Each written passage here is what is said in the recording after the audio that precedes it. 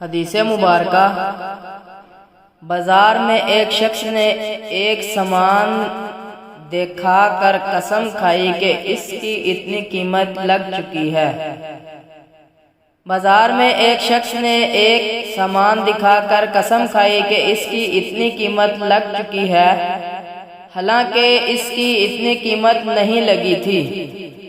اس قسم سے اس کا مقصد ایک مسلمان کو دھوکہ دینا تھا۔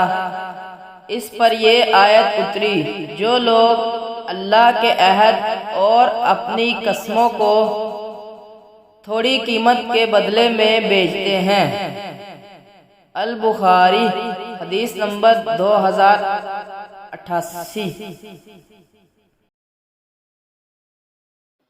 حدیث مبارکہ۔ نبی کریم صلی اللہ علیہ وسلم نے عمر رضی اللہ تعالیٰ عنہ کے یہاں ایک ریشمی جبہ بھیجا۔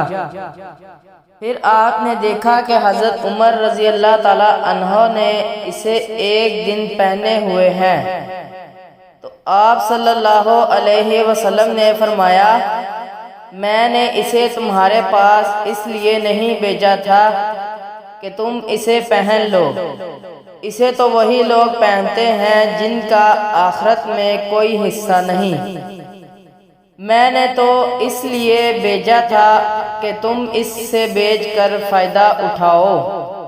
البخاری، حدیث نمبر 2104۔ حدیث مبارکہ۔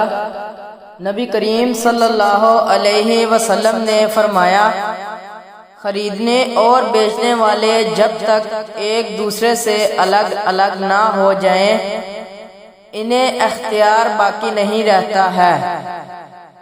اب اگر دونوں نے سچائی اختیار کی اور ہر بات صاف صاف بیان کی اور واضح کر دی تو ان کی خرید و فروخت میں برکت ہوتی ہے، لیکن اگر انہوں نے کوئی بات چھپائی یا جھوٹ بولا تو ان کی خرید و فروخت میں سے برکت مٹا دی جاتی ہے۔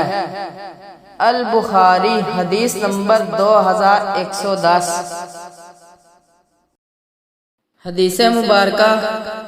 رسول اللہ صلی اللہ علیہ وسلم سے پوچھا گیا کہ اگر کوئی غیر شادی شدہ باندی زنا کرے تو اس کا کیا حکم ہے؟ آپ صلی اللہ علیہ وسلم نے فرمایا کہ اسے کوڑے لگاؤ، پھر بھی اگر زنا کرے تو اسے بیچ دو، اگرچہ ایک رسی ہی کے بدلے میں وہ فروخت ہو۔ ابن شہاب نے کہا کہ مجھے یہ معلوم نہیں کہ بیچنے کے لیے آپ صلی اللہ علیہ وسلم نے تیسری مرتبہ فرمایا تھا یا چوتھی مرتبہ۔ البخاری، حدیث نمبر 2154۔ حدیث نبوی۔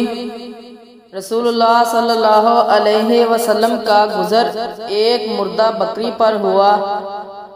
آپ صلی اللہ علیہ وسلم نے فرمایا کہ اس کے چمڑے سے تم لوگوں نے کیوں فائدہ حاصل نہیں کیا؟ صحابہ کرام نے عرض کیا کہ وہ تو مردار ہے۔ آپ صلی اللہ علیہ وسلم نے فرمایا، مردار کا صرف گوشت کھانا منع ہے۔ البخاری، حدیث نمبر 2221۔